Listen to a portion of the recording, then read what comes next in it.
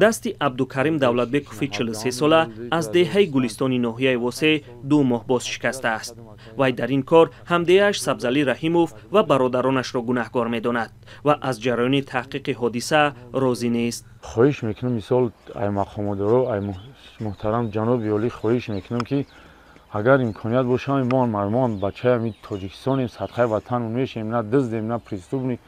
مقصد همین چاره ما را با اجازت شما مثال مراجعت میکنیم. مثال با رئیس شهر رئیس مثال رستم امامعلی در که مقصد هست مقاماتی که همین روز روشن در 40 تا تماشابین همه بازارچه جمع شدگی بود.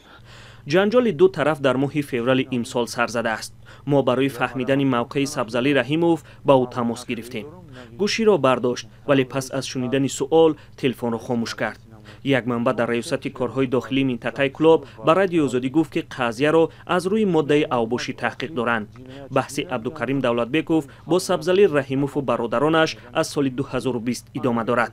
زمانی که به ادعای مصاحب ما او برای خلاص کردن جنجال رحیموف‌ها با یک همدیه دیگرشان عزم کرد، اما شته خورد و 6 ماه را با گناه اوباشی در حبس گذراند. در دهه گلستان در بین بازارچه همون رفته سبدی میدان میرم اون بچه بر اومد دو میبرمد من حقارت میکردی سوس گپ خبه میزد که ما دست به جنایت بزنم.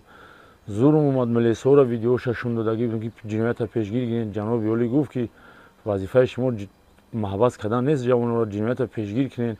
پیشگیر نکردن. زنگ تلفن باوری وزیر در حالی که هنوز خلاصه نهایی در جنجال اخیر اعلام نشده است، عبدالکریم دولتبکوف با توجه به حادثه 2 سال پیش تشویش دارد که این دفعه نیز مراجعت‌هایش به مقامات بی پاسخ میماند.